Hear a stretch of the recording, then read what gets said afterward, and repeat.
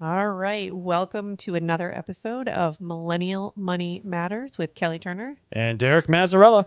What are we talking about today, Derek? We're going to talk about artificial intelligence, or as the kids call it, AI. AI. What? Yeah, that's a big topic, Derek. That's not like a No, small topic. let's narrow that down. If you guys, bubbles, or Justin over here didn't know what a bubble was, so we're going to talk about AI bubbles today. AI bubbles. All right. Yeah, you know the thing you give that tube of bubbles to your kids and they just immediately blow one bubble and dump it out? Dump it. You know what my favorite ones are? Is those bubble wands that are like the long, Yeah. skinny, they're like a weapon that you can like whack people with you can't set them down. So you have to hold it. So you're asking a like 5-year-old to hold this thing and not tip it over. Yeah. No, I know those kind of bubbles. Yeah, they always end up outside. It also shows you how intelligent your kids are and if they need some artificial intelligence in their life. Like they definitely do. You're like, no, how are the kids? How are the kids? We're like deep in, when we're recording this, we're like deep in school at this point. Yeah. Like, So school's like gone past the point of like we're just getting to know each other. Let's have like let's ease into it. Now we're like in the thick of it. And so only my oldest is in school and he's having a rough time. We're getting some notes from the teacher. I'm not going to get into it too much, but yeah, he's having a little rough go of it at the moment. Little rough go. I have a 5th grader. And 5th grade is when like stuff gets real. You like are doing real work. So we all of a sudden have like homework. And, we're not at how college students do homework now because they use AI at this point to complete their homework. She has to like handwrite it out. And every morning I'm like, did you do your homework last night? No. And so we are furiously trying to finish it before school starts. So it's great. Well, we've made Harrison do his in the morning because he gets like an assignment on Monday for the rest of the week. So we chunk it out so every morning when he's fresh.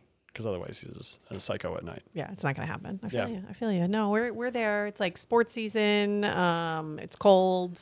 As we're recording this episode, it is the coldest day of the year thus far, and it is freezing outside. Yeah, it went from like 80s to like 50 in like 2 days, and it was cold. Yeah. I got sunburned on Monday, and I'm wearing a puffy winter vest today. Yeah. So I always make fun of my wife because like her whole family is like all about the vests, and I'm like I don't get vests in general because like I'm never at a point where like my body is cold, but my arms are totally fine. Derek, you are a financial advisor. Isn't that the uniform? It's the uniform, yeah. Bro, you are a finance bro. Yeah, you need your Patagonia vest. I need to get some Vineyard Vine maybe or something. Yeah. If you guys want to sponsor, go ahead. Ooh, we could totally. I love me some Vineyard Vines too. You always. You don't actually wear vests. All male financial advisors wear vests. It's not a vest guy. I just don't get it. I don't understand it. My arms are warm and my middle part does need my vest, so I do get it.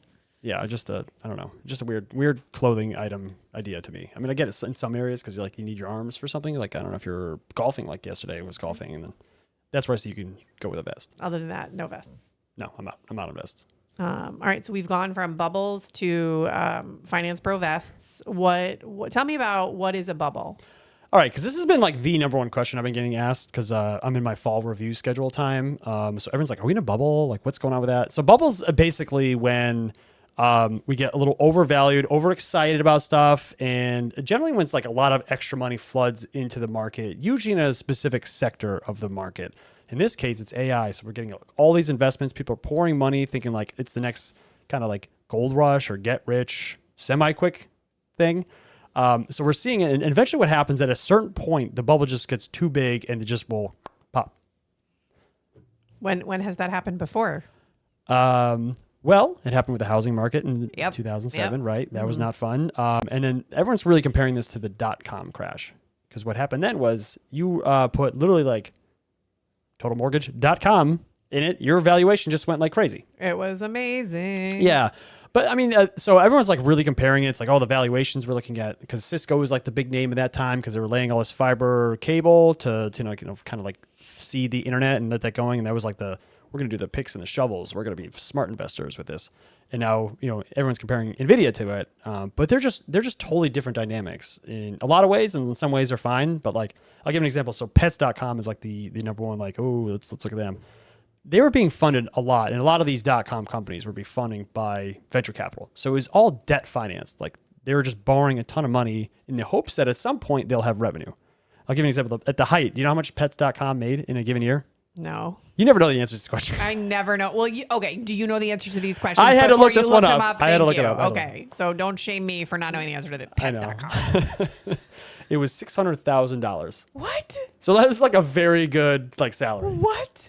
So like a like multi-million-dollar valuation company was making $600,000 a year. Oh my God. Well, that's a bubble right there. Yeah, I would say it's a bubble right there. Yeah. Right? What? Wow.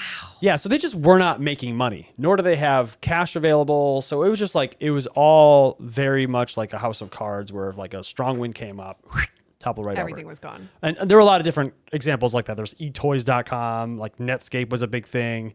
Netscape. Yeah, remember that? Bringing me back. Yeah, I mean, that was worth millions. So, people in the mid-90s had their big cars then. But by comparison, OpenAI, which does your ChatGPT. Love me some ChatGPT. They make $20 billion a year. Okay, so valuation wise, right? They're worth a whole lot more than that. Yeah, they're worth the most recent round, which was I think a month ago, they're worth $500 billion. So they're basically 20 times revenue. So it's not like or 25. They're not outrageous. It's not like pets.com. It's not like 70, 80, 120 times revenue. So that part kind of makes sense. So there's the other piece I would say is very different is like who's actually funding this AI race right now. It's all the big companies. So it's not venture capitalists. No, because back in the 90s, it was essentially like all these startups trying to like get in this race and trying to figure out how to make money. It wasn't like all these big companies funding these small tech companies back then. So it was like Google was there. They were there. But it was also all those little pets.com and blah, blah, blah.com, nailsalon.com, whoever you name it, you got it. It was all just trying to like beat the race and make money. Right now it's Microsoft, it's Meta, it's OpenAI is owned by Microsoft. So it's like all these much larger companies with a lot of cash and other revenue sources coming in. Yeah, so they're not completely dependent on this to make their dough. Yeah, so if AI doesn't do anything, like they're barely making money anyway from it right now. So they're not like reliant on their stock price to go up because like, my God, they need this AI thing to hit or else they're screwed. Now, is AI different than say the .com bubble in that .com was sort of an object, right? It was like the website. It was making the website, where AI is a tool and it can be applied in many, many, many, many places and varieties and parts of your life. So is there like a little bit of a difference in the like, what is this worth? Because it can do so much more. Yeah, and I think that's a good question because yes, it can, and it's a little bit more diverse, and it's already been established for a while. Like AI is not new. I think but everybody, we've talked about this before because people are like, oh, that new thing. I'm like, this is not. It's been around for a while. It's like more accessible to you, the consumer, than it's ever been before, but it's not new. Yeah, like the LLMs are new, right? Those have been around since 22, right? So they're new. Can you just tell everybody what an LLM is? Large language model. So your ChatGPTs, your Perplexities, Claudes, you name it. But like we were talking, your what's the Alexa? That's been around for a while. That's AI. That's Siri. AI, Siri, your Gmail. If you start typing in Gmail, it starts finishing your sentence for you. That's AI. Yeah, but if you look at the 90s, it was all like, what's the internet? Like you had what's her face, on the news. They were like, what is on the Today Show? I don't know if you ever saw that clip. They're like, what is this thing? Yeah. My God. Yeah, so people just had no idea what it was, and they thought it could be everything. And actually, the bigger challenge in the 90s was we just didn't have the hardware to keep up with what we thought. Like, so people had ideas for video on the internet before YouTube came along. We just didn't have the infrastructure to actually do it because we had dumb dial-up modems that went very slow. Oh my God. Yeah, that just had that zero. Mom, I'm on the phone. Did you hear that AOL just shut down AOL Instant Messenger finally? Or AOL Mail? No, maybe? it shut down IM a long time ago. I remember that. Yes, it was like AOL.com, like the actual mail. People who still got their email at AOL. That's crazy. It's about time. I thought people were still paying for that. They might be. They make like millions on that per year. Do you know that? Yeah, they still do. Oh my God. No, but like if you're a child of the 90s, that noise, and your mom is like, you have 8 minutes. Yeah, go. That's all you have. We actually ended up getting a separate phone line because we were cool. Same. We had a separate phone line, and you played Neopets, and it was great. But I'd say the other big difference is the profitability of these companies, right? Like even if you look back at the early 2000s, the most profitable companies had like a 10% profit margin. Companies now have 30% profit margin. So like, we're much better able to handle what's going on with it. So I would not say it's a direct like one-for-one comparison. I think it may rhyme in some areas, but I wouldn't say like, oh yeah, it's exactly like the dot-com crash. Yeah, it's a little bit different. What, as like a consumer, right? Yeah. Should you be dumping your money into AI right now, or should you be a little more reserved because of this potential bubble? That's always hard because Alan Greenspan in 1996 said, we have irrational exuberance, which means the market was crazy. The market ran up for 4 more years. So it was not so irrational. I mean, it was eventually, but we don't know. So the problem is like, we don't know how long the race is. Like we're running a race right now where we have no idea if it's 3 miles or 20 miles. Oh, that's a good analogy. All Thanks. right. All right. So yeah, if you don't know how far you're running, you don't know when to get in, when to get out. Exactly. I would say it's probably worth having some exposure to AI. I wouldn't put all of my money in AI because you don't know. And typically, this is what's considered a mega trend, and this happened with the internet boom. But there's basically this like early run up where everyone gets really excited, and we have all these infinite possibilities. It can be anything, blah blah blah. Like right, it could be a video online, and then it doesn't happen as quick as people think. We have this bubble, it burst, and then you have all these companies that were probably overfunded by debt and things like that just didn't actually make money, and they're like, oh crap. Oh crap. Even though we maybe had a great idea, maybe what we were doing had validity down the line, but if you can't make money fast enough, then that matters. Or the like I said, the back end technology has to keep up with your idea. So if that's not in line, like a lot of these things like came out before, like there was a Facebook before Facebook came out. They just weren't the right time. That globe.com thing. And what about MySpace? MySpace. They got out a long time. Yeah. MySpace still exists, by the way, really? in case you didn't know that. Do I still have a page up? You probably do. It is now really a music site. It's for which I'm surprised you're not on it, Mr. Music Guy. It's like a music site now, but it still exists. But I would agree with you is that like and I think you can see that with some of the AI technology that you have sort of like duplicates now, where somebody starts something and then somebody kind of copies, but then they do it a little bit better, and then that one takes over, and then somebody else copies it and they do it a little bit better, and then that one takes over. And I think we've already seen that with ChatGPT was sort of the first model that came out for the average consumer, and everybody jumped on it, and it was amazing. But there are now other similar tools that are slightly better or may have a slightly different use, and so people will then flock to those. And I think that's one of the other hard parts of AI is how fast it is sort of happening, right? It's happening so much, even than the .com era, it's happening so much faster. So fast that you almost can't keep up with it. And I think the companies that are like popping up and popping up and popping up, and then there's also ones that are already dying that you don't even realize, that are already like had a great idea. Somebody else also had the great idea. They did it better. They had more capital behind them. They did it faster, and they're the one that took over. Yeah, we actually we had a 2-day conference this past week, and we had an AI expert come in and talk to us for like an hour and a half, and he was just spitballing stuff like boom, boom, boom, boom, like all these different tools we had available to us, and I was like blown away. Like we had one, he's like, oh, you can show a client to picture themselves, but make them old, and then talk about how awesome it was to work with you 30 years from now. And it was like they gave him like wrinkles and stuff like that, and they would actually physically talk like, oh, it was great working with Derek. That was the best decision you ever made.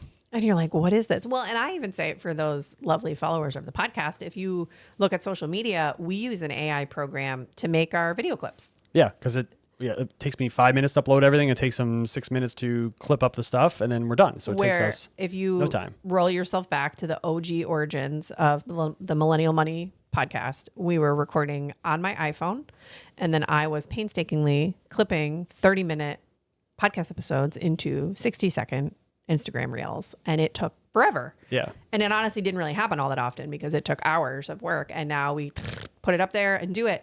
And the program we use is great, but I am sure there will be an even better one shortly. Oh yeah. Yeah. They're just going to keep iterating in these different levels. And I think where it's going to go, no one knows, but it's going to completely and fundamentally change how we do things. Yeah. For sure. I love AI. I love anything that makes my life easier. And so like I get sort of people getting excited and the overexuberance of something like this because it has the ability to make tangible differences in your life. Yeah. And the World Wide Web did too, right? Back with the .com era. I loved like the World Wide Web. Remember when people used to call it that? Yeah, yeah. Surfing the web. Surfing the web. Which I don't even understand what that means. I have no idea either. But that was when we had Ask Jeeves. We did not have Google. We had AskJeeves.com back in those days, guys.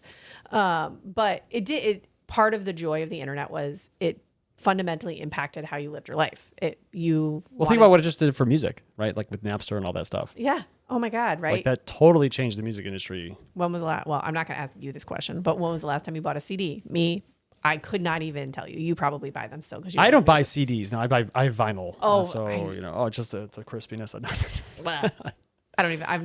No. Okay. Oh thanks. no, it's cool. Of course, it's cool. Did you buy the new Taylor Swift album? Of course not. No, I haven't heard one song of that yet. People were very excited about that vinyl. They were. But I think what did it do for music? What did it do? We think about like how we look things up. It was not that long ago where you got a big yellow phone book delivered to your house once a year. Yeah. And when you wanted to find a new Chinese restaurant, you thumbed through it and read your options. Those don't even exist anymore. You only Google things. It's the Google, and you hop onto the Google and look up your restaurant, read the reviews. But now even that is moving to AI in the sense of I will sometimes look up the restaurant on ChatGPT. Yeah. I will put it in there and, give me the top 5, aggregate the information from 5 different websites, tell me what the average star review is, what's the most common complaint. Like you can ask it all these questions and then it will like pinpoint you the answer where you don't even have to do it yourself. Well, I mean, the big thing is like usually when I'm searching for something, I just have a question. I'm like, I want you to answer it for me. And that's what it does. Instead of like, oh, I got to click on 6 websites and read 12 articles and then maybe I'll get the answer. Now it's like, oh, here it is. Yeah, here it is right there. Cool. Thanks. All right, I'll see you. Yeah. It's been a game changer. But kind of getting back to a little bit of the bubble part of it is we kind of want to talk about like, all right, what are the chinks in the armor? Like, why are people talking about this as a bubble? Because I mean, I think we all agree that AI is going to be amazing. Yeah, it's going to be life changing. It's going to be so different. Like I always say, like my kid's 7, my oldest one, like they may not have to learn how to drive. Yeah. At all, which is crazy to think about. I test drove a car 2 weeks ago that has a hands-free driving system that you literally like hit some buttons. And you have to be on like a map guided, whatever. The map is integrated into the car, and it drives you to that location. It will change lanes. Yeah. It will get off the exit. You like don't it slow down if people cut you off. Yeah. Slow down, slam on the brakes, like all of those things. So we're almost there already. Yeah. Yeah. And that was kind of like where, if you remember 10, 12 years ago, people were like driverless cars, it's gonna be amazing. And then it went away for years. Like no one talked about it. And now they're popping up again. Yeah. I think the same thing is going to happen with AI. Not that it's going to completely go away, but I think we're so excited about what the potential is phase. Exuberance. What did he call it? Irrational exuberance. I'm here for that. So typically what happens in these mega trends, you have this phase we're in now, and then you have usually a crash or a lull because something happens, and then it kind of goes quiet for a while. Like we kind of forget about it. And then all the actual use cases come out where people are like, hey, this is how we're actually using it live. This is how we're making money off of it now, because we're not making a ton of money on AI right now. Like actually, in fact, I saw a stat from Bank of England. 95% of AI investments has had zero gain. Oh. Like no investment return. Ooh. So that's not great for your dollar bills. Well, consider we're spending 1.5 trillion projected to like globally this year on AI. So that's data centers, software. I'd like to tell you, when you go over $1 billion, in my opinion, like $1 trillion means nothing. Just means fake money. We're like $100 reduce. Austin Powers. Yeah, 1.5 trillion. Yeah, that's what we're spending right now. It's not even real. Yeah, we're making 95% is going 0 places. 0 places. Well, and is that so? Sort of what you said, is that back to in the exuberance phase, the irrational exuberance, it's idea generation, right? People have all these ideas, and because you don't know if you're running a 3-mile race or a 20-mile race, exactly what this can do. And so you have all these people with ideas, but then you have to see what kind of shakes out, what really works. Yeah, I mean, Zuckerberg basically said it. He's like, I feel like I can't spend enough on AI. I don't know where this is going, but I know I need to spend money on it, because if it does hit, it's going to be like hitting an oil geyser, right? It's going to pay you, 100-fold, right? What you invested in. That's the challenge. But like that just leads to like, hey, 95% of the stuff we're investing in right now is not making us any money at the moment. So that's a red flag. That's a red flag. But is that also the like Disney stock moment, right? Where people bought this trash stock for a little bit and it wasn't worth anything, and now it's worth a lot of money? No, because now everything's worth a lot of money, but it's not making any money. But it's not making that's where we're at right now. The other chink in the armor, I would say, is Bain did a study. He said, okay, what do we need in revenue today? Or sorry, by 2030? to justify our like valuations, what we're like saying the company's worth today. We basically need $2 trillion of annual revenue to come from this. What? And 95% of these companies are making $0? Not 95% of the companies, 90% of the investments is making zero. And he said if we're on the pace we're on now, we're probably going to be still 800 billion short. Billion. So 800 billion. Yeah. We need 2 trillion. We're going to be projected to make 1.2 trillion. So we got a gap here. Yeah. This is sounding like a bubble to me, Derek. It's a little bubbly. It's sounding like a bubble. It's a little bubbly. And the third thing I'll make is like we're in this weird circular spending thing where it's like, all right, so did you hear about this NVIDIA OpenAI deal that came up? Tell me. All right, so it's a $100 billion deal. 100 million. Billion. Okay, that makes, because when you said 100 million, I'm like, that doesn't sound a lot for these people. Well, yeah, we're talking about trillions. It's actually $17. Perfect. No, it's they spent $100 billion to give to OpenAI, right? Okay. And then OpenAI is going to do what? Buy NVIDIA's chips back from them. So I'm giving you money to give me money again, basically. Is that legitimate? It is, and this kind of because let's think about it. NVIDIA is the chip supplier. For those that don't know, OpenAI runs ChatGPT, so they're running all the software that they need those chips to run on. So NVIDIA's like, hey, I know you need these chips, and I know you need some money because you're not making enough money. They're like, okay, we'll take some money from you, and we'll promise to buy some chips from you. That sounds great.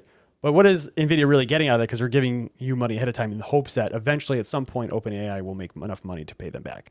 Oh, so what like, is that? I'm going to give you a house right now, and then you're going to have to pay me back for it at some point maybe, but like. What has that done for NVIDIA's stock? Like, is that making people nervous? No, that went up on that news. Really?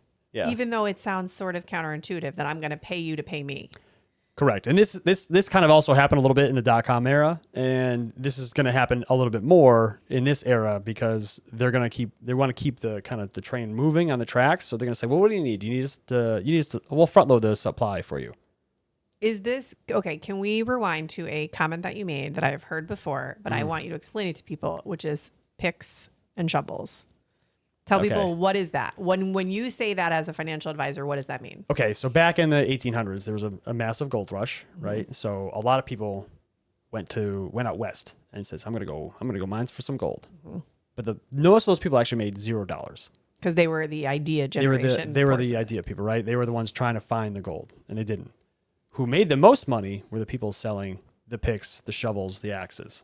So the suppliers of the stuff. So in this scenario, they're NVIDIA. They're NVIDIA because they're So and also probably right the real estate for the data centers, the other components for those, the air conditioning, all of the stuff that needs to energy we need is going to be insane. That's why like this could be a huge economic boon because we need to build nuclear plants because we cannot just turn on faucets and turn on enough solar to supply all this stuff because the energy AI uses is tremendous. Tremendous.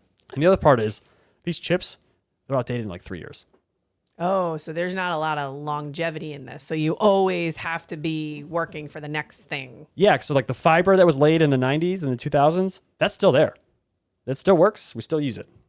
Like these chips are 3 years, maybe, depending on how quick innovations happens. And let's say they come up with a chip that cools much faster and uses 20% less energy. We got to replace them. Got to get that one. So there's a lot of these data center companies that are like literally just data center companies. Like there's one called CoreWeave, and their biggest client is Microsoft. They have like 40% of their business is like one client. Wow. Yeah, and they have these data centers, right? And then now they're going to have to update them every 3 years, basically. That is, and this again, I think this is back to what we talked about before. The speed in which this is accelerating is different than sort of the .com era. It is. So there probably is going to be some reckoning from this. I just don't know when it is. And this is do you leave your money in? Do you take your money out? Where do you put it? Yeah. So like everything, I think you want to make sure you've got your money in different spots, right? You don't want to put all of it and say, hey, I'm going to put all my money in NVIDIA. Hey, look, NVIDIA did great. Like take some chips off the table. It's okay now. It's okay now. You got your money. You're probably, up a ton of money on that stock if you had it. Take some money off the table. Is this also the diversification piece though, that like people do get really excited about new get rich quick sort of schemes and they want to dump all of their money into it, and that can be a problem.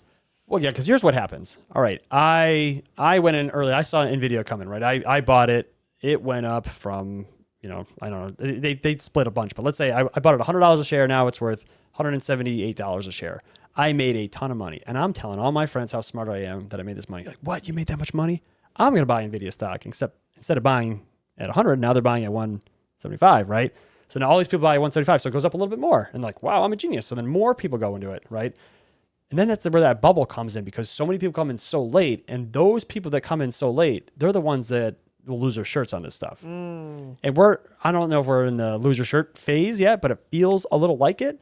That's the problem with chasing these returns with these industries, because AI's already done so much. So where is sort of the stopping point? And again, I think the diversification piece is that you can get excited. You can have irrational exuberance. Yep. Get some money into it, but don't put all your money into it. Right. And there's also, like we mentioned with energy, there's other ways you can kind of hover around the AI space. You can buy energy companies that are investing in these nuclear plants or are, going to supply these data centers. Like almost all of them are going to Kentucky, it seems like. Why?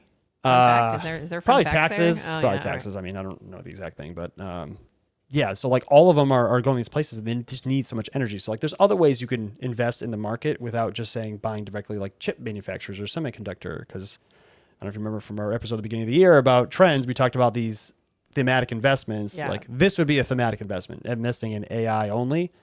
Yeah, maybe have a piece of it. I mean, I'm not giving broad investment advice, so you guys have to definitely do your own research here.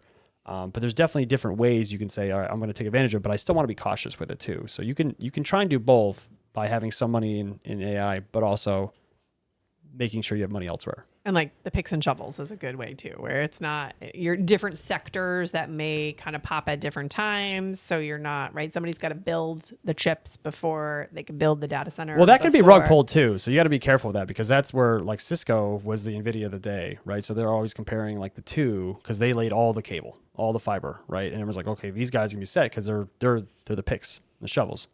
But they went really high, and they still haven't recovered basically from their highs in the 2000s. So wow. Yeah, you can get caught in either way with this trade. So you got to be really careful with where you are with it and kind of think about, all right, how does this fit into my plan? Like, if it goes down 30%, can I still retire?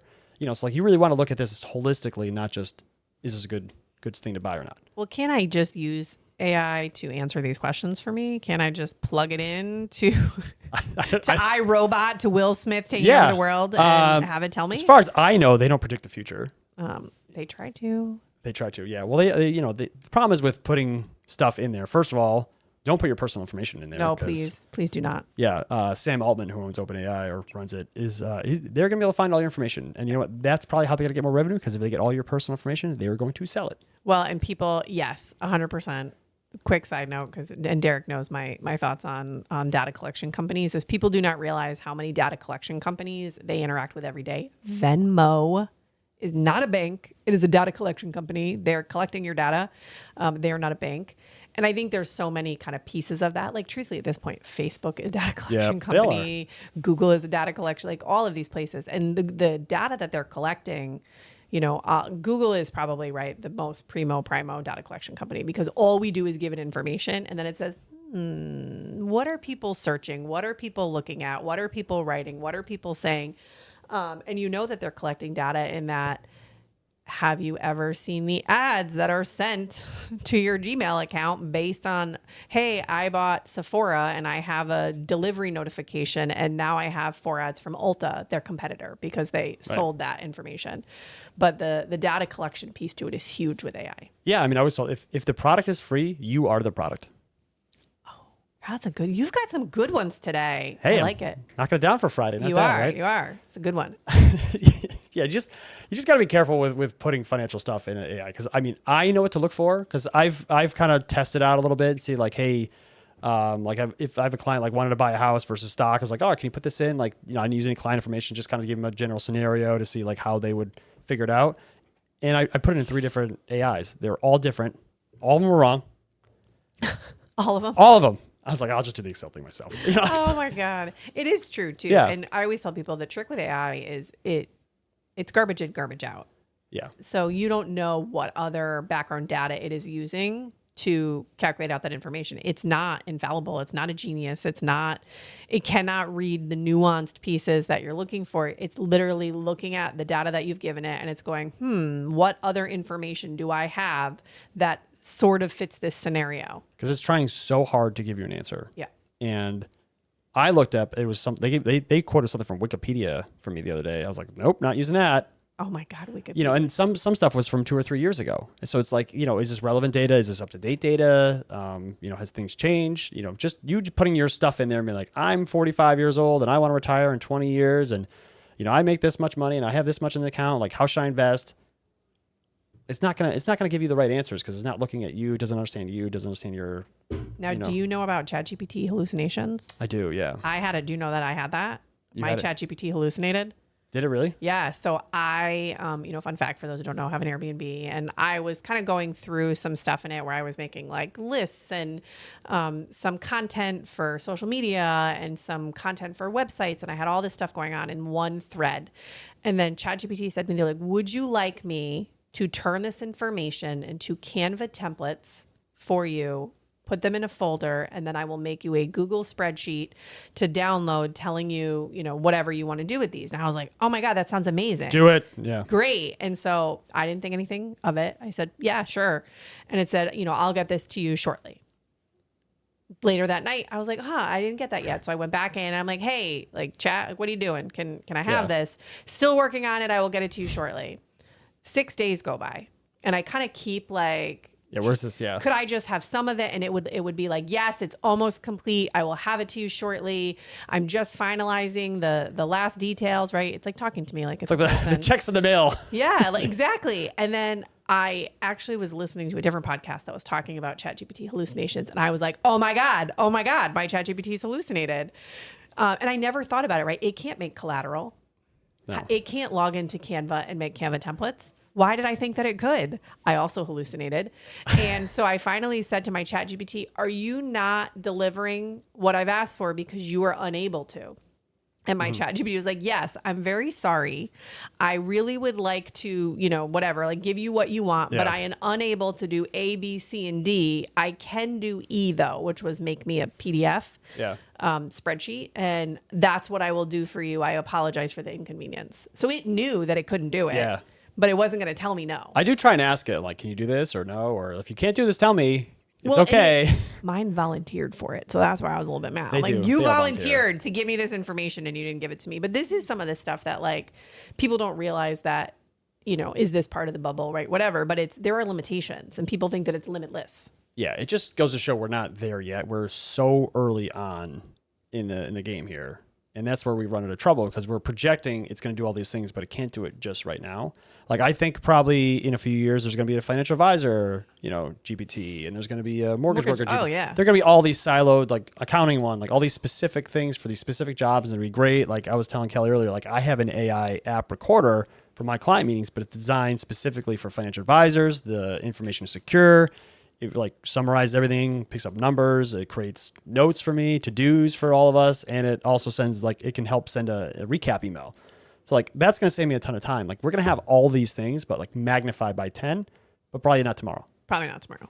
Yeah. Probably. And that's where I caution you because the bubbles just don't die because they just get old. It's like usually there's a catalyst that happens too. So it's going to like, I'm curious to see what this catalyst is because right now we're in a fragile part in the market. And when things are this high in terms of valuations, that just means we have less room, less cushion. So we would see some kind of drop. It'd be probably relatively quick and deep, but I don't know how long that would last, but all of it depends on like, okay, at some point we got to say like, are these companies making revenue for us? And if they're not, that's the problem. What do we do? Well, and again, I think the like venture capitalists and stuff who are paying for some of this, they eventually are like, this isn't a great investment. And some of the things that die just because their funding got pulled. Like somebody was like, no, I'm not going to, and they could be 1 centimeter from like the solution or whatever they're doing. It doesn't mean the funding is going to keep coming. And that I think I've heard of that already with some of these companies that like, they're like, we're almost there. And then whoever is funding them is like, yeah, I'm done with you. You took too long. Somebody else wants my money and they're going to be faster and better. Yeah. I think the one other interesting difference is one of the causes of the crash in 2000s was they raised interest rates into this environment. Right now we're going the opposite way. So I'm curious to see if that gives us a little bit more, you know, wiggle room or run room for us.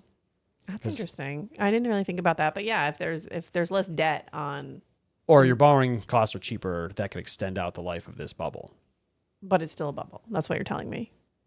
All my signs say it's bubbly. I don't know how bubbleless or how big the bubble is or how close it is to popping, but we got some bubble So it's a aspects to it. shampoo bubble, not a bubble bath bubble. No, you know those like with the wands, those big bubbles. We're not Yeah. there yet. I We're would not say there yet, we're but- probably like, you know, maybe the little tube thing that gets spilled immediately. It's still everywhere. Like those are still pretty big, works. but they not as big as those big wands.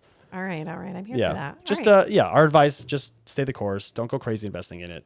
Diversify. Diversify. Think about how this fits into your personal financial advice and your time horizon, all that fun disclosure stuff.